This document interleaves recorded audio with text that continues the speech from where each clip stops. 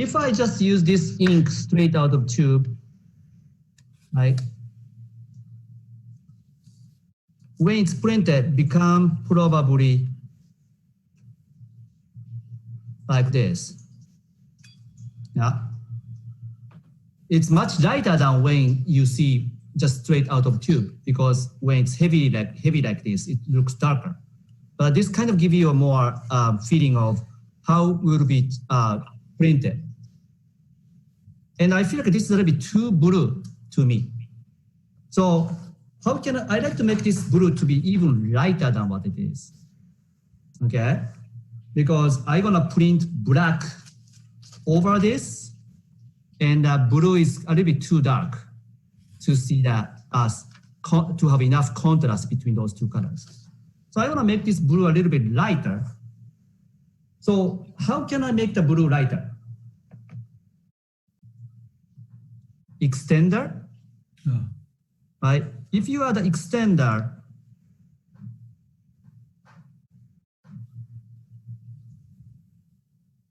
your ink become lighter. This is not white, okay? This is basically a binder of the ink without pigment. So if you have more binder, ink become more translucent. Oh, yeah. Okay, and it's actually good to start with a binder, extender, and adding ink to it rather than adding this to this. Eventually, you end up to be using a lot of extender if you are adding this to this. So in a way, it's actually more economical if you are adding that ink to the extender gradually. That may save your you may become more frugal about usage of ink. So let's look at this. It's probably I added ink was maybe 30% of the amount of the extender. In this case, yes, it's up. I cannot show it. So the ink is much lighter when it's printed. Do you see that? Because ink became much more translucent with adding more extender to it. Okay, so that's kind of what Alastair was saying. So now I'm adding this blue to white. That's another way to make your ink to be lighter than straight out of a tube.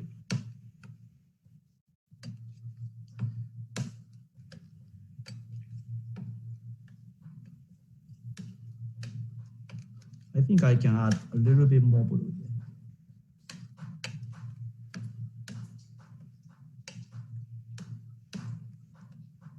Okay, so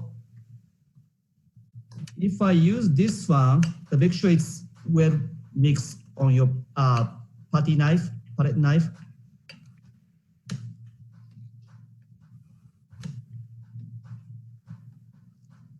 And just gonna spread like that.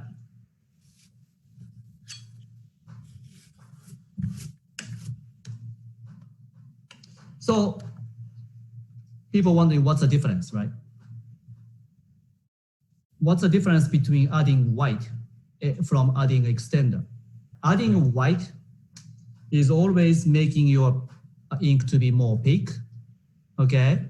So that means your paper white is not showing through, okay? But adding an extender is actually, the pigment is becoming more translucent.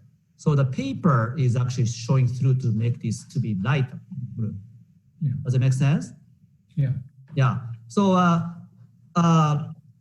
depending on what you want, sometimes people like to use a paper white to make that lighter color. Or sometimes, no, I don't wanna show paper. I'd rather make a totally, opaque sky blue. Then you should use a white mixed to the pigment or ink, okay? Also, when you are making this ink to be translucent, this may be good for some other cases. What can you get the benefit? What kind of benefit can you get by having your ink to be translucent? The color underneath of this layer will show through. Say if I have a yellow underneath, right? And then printing translucent blue over yellow makes it green. But if you print this one over yellow, probably your green won't be as saturated. Okay, so just giving you some idea, two different approaches to make your ink to be lighter. This is a violet.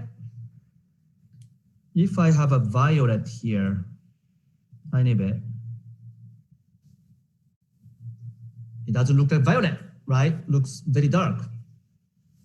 If you add a little bit violet to this,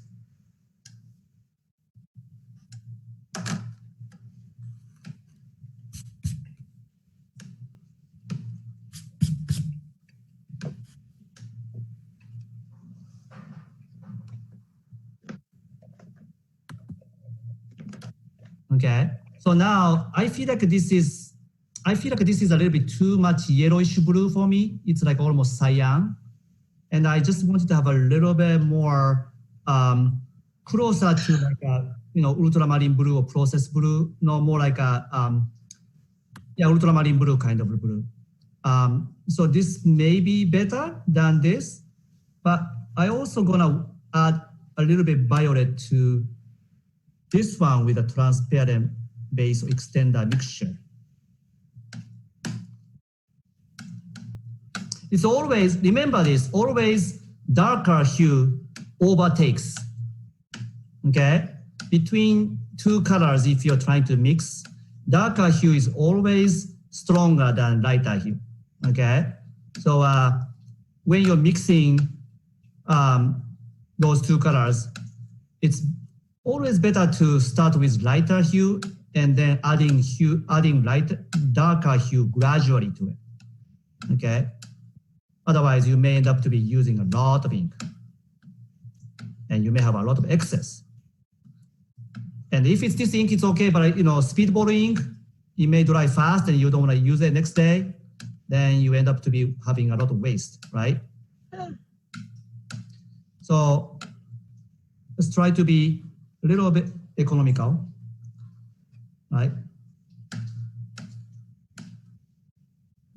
Okay. I kind of feeling still too dark.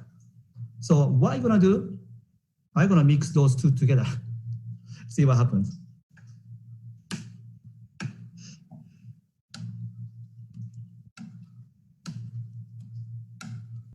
Sometimes extender by itself is a little wimpy, and I like the opaque, very flat quality of I can get by the adding white.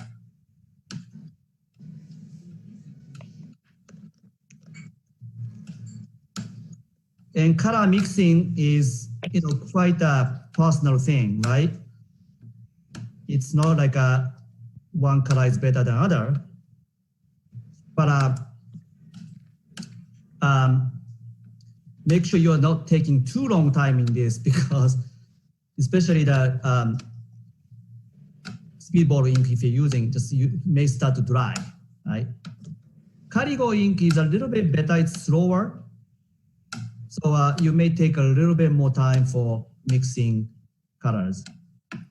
Okay, so I want to just add a little bit here, Steve.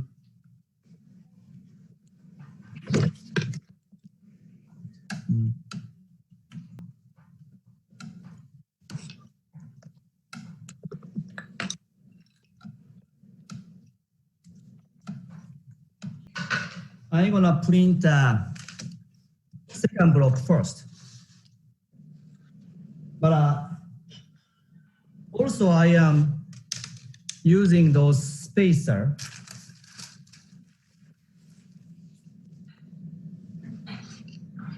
Okay, so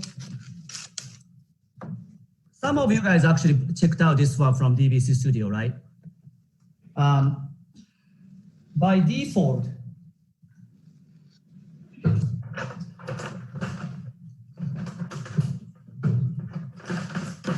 this is, so for example, this one has a little bit bigger paper margin, right? And try to make a center. You can put some adjuster. You may use some, cut some strip plastic, or even cut some cardboard, mat board, okay?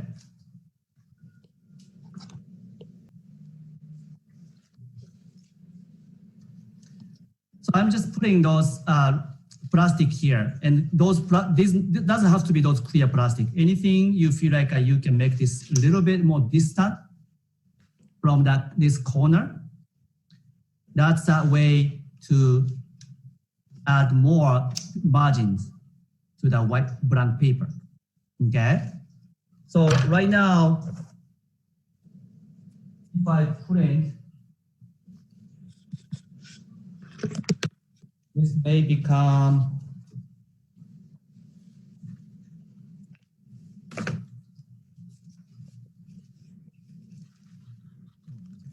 see everything transparent. That's why how I cannot see it. Okay, so now close enough, right? It's kind of center, and here top and bottom is almost similar. But I'd like to have enough, a little bit more on the bottom, okay? But anyway, just I'm trying to adjust the paper margin here.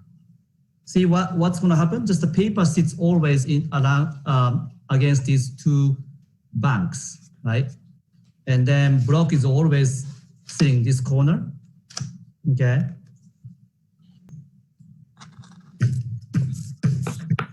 Use a gray, your registration jig for inking area. It's better to ink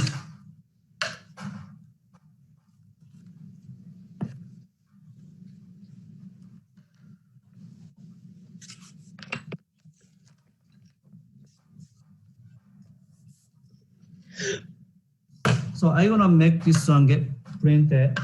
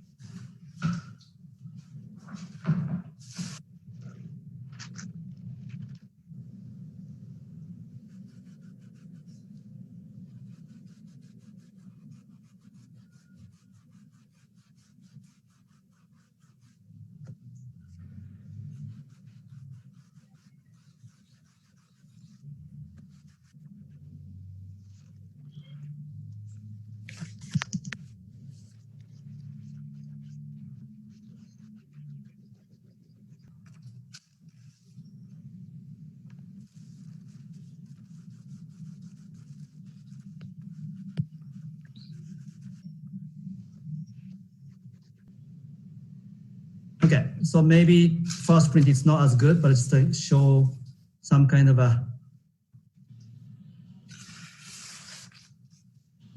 right? It's imperfect, but it's okay. I'm gonna print maybe 2 more before I do second layer, okay?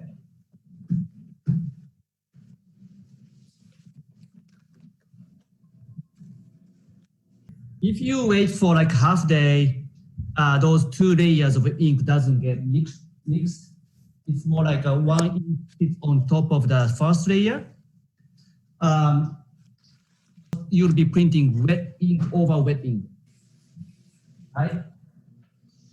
It's not necessarily bad, but my demo will be like that today because I'm printing those 2 layers in the same time, same day.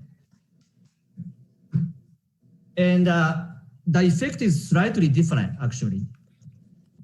You may try both, okay? Just the effect becomes slightly different. All right, so I want to print again.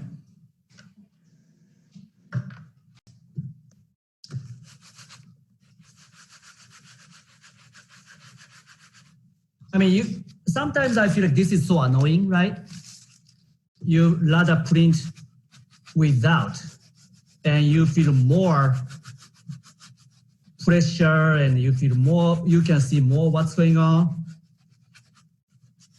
You can do that if it's only 2 layers of ink.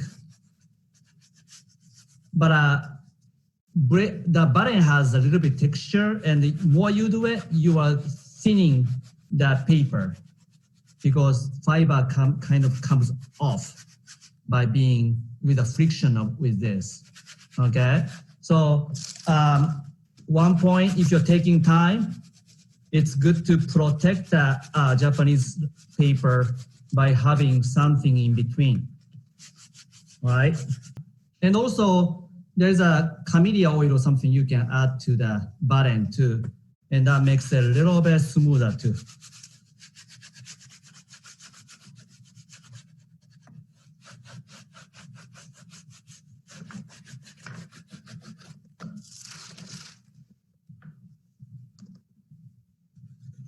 I always find some people's print has weak spot around the edges. So I know it's with the hand, button and a spoon, sometimes it's difficult. So when you lift up, just always pay attention what's going on. Gosh, I did create some kind of a funny spot in the middle for some reason. Okay, a little bit funny now, but it's okay. Let me do one more as a test. Meanwhile, this may start to be dry a little bit.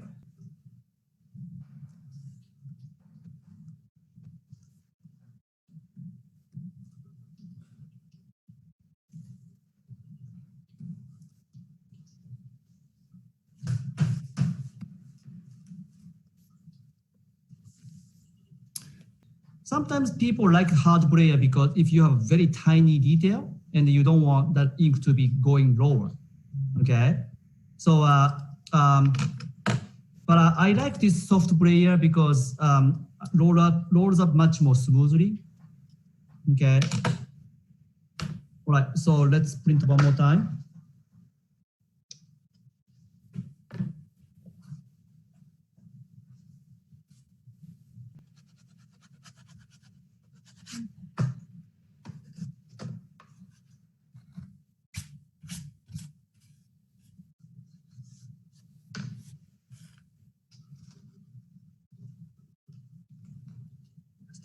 It's much solid now. All right, so I'm gonna print black over this on the second block, on the first block.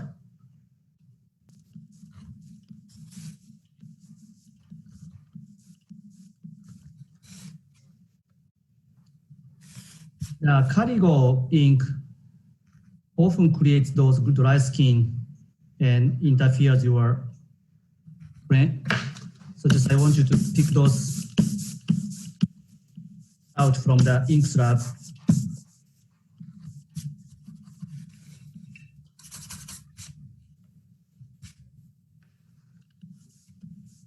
Okay, so now I'm going to replace this. But you know what? Let me print one more on this one so I can clean up well. Okay, let me just print on as a ghost print. And sometimes ghost print is nice. You are just doing for the cleanup purpose, but sometimes ghost print give something less heavy, sometimes nice. Okay, so I'm just printing on another paper as a cleanup purpose, but often that kind of give you an interesting effect too. I like that fading quality of a ghost print.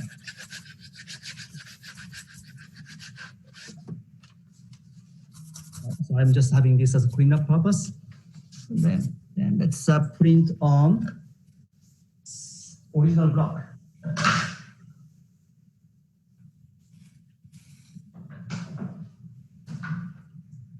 Okay, so this is my original block, slightly modified for Chiaroscuro woodcut. So it will be like this, right?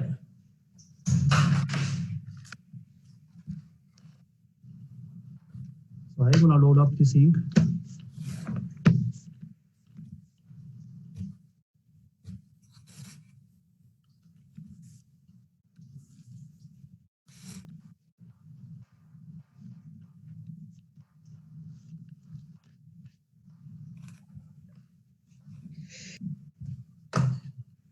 I'm gonna print this original block onto second block already I printed, okay? So always print the second block first and then original block last. Here you have to be very careful, make sure the plate is exactly in the same spot from last second block. And the paper has to be exactly same place.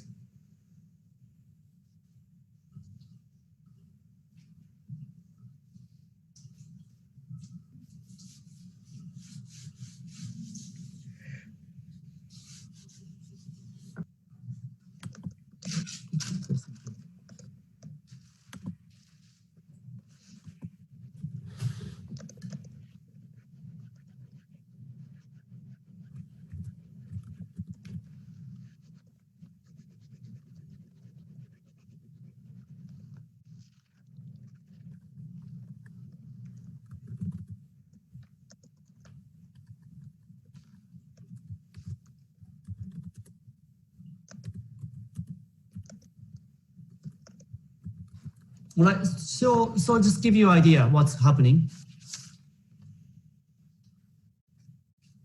Because I gouged this place from original block, so now blue foam shadow is actually separating this chair from the background cast shadow. Okay, so I'm gonna do at least one more, and then I can stop, okay?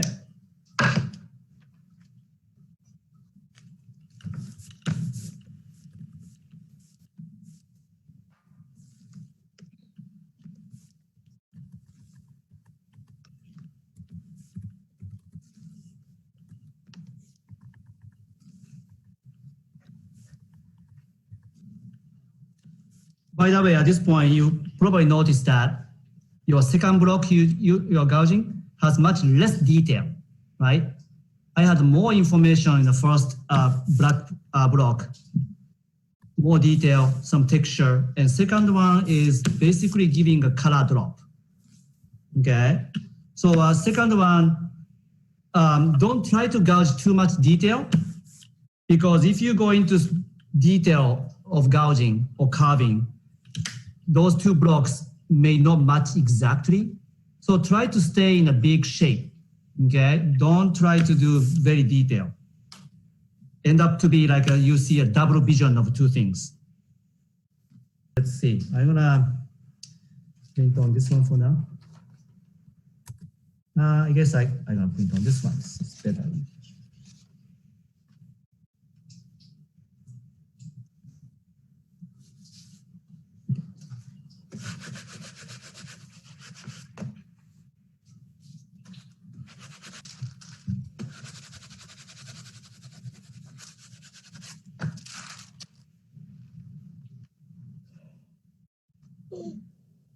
Okay, so it's the second one. It looks a little bit more saturated. Okay.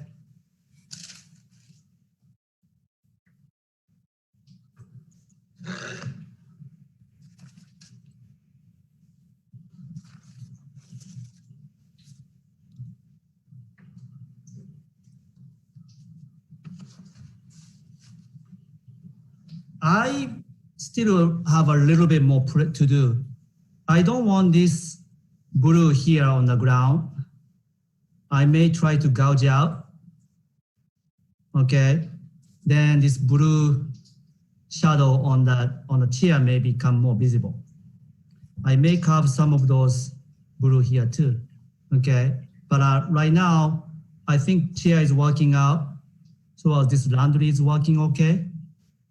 So you may see a little bit of a white and a little bit of blue on this laundry stand, okay?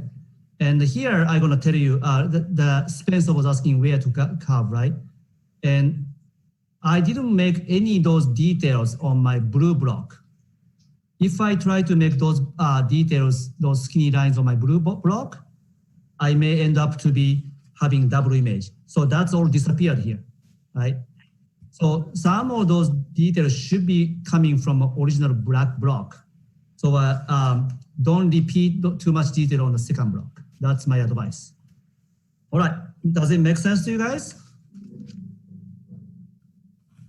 On ghost print of this one, maybe that kind of give you, that will be my last part of my demo.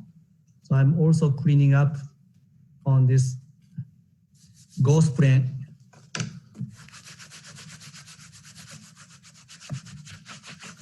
It's good to print all this excess ink off from the block before you use any solvent or soapy water, because sometimes all this ink get dissolved and then start to clog into some very fine texture, and you never can get those areas to be printed again. So it's good to take as much as possible before you use soapy water or gum solvent, any solvent, to remove ink from the block. Okay. All right. All right, so let's print this one as a funky way of doing registration. So this is a paper, and probably you need a clean surface. Okay. And you wanna print this one by going upside down.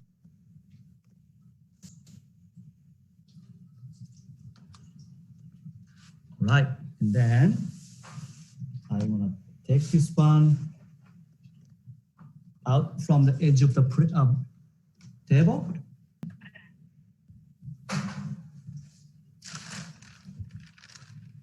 Just print like this.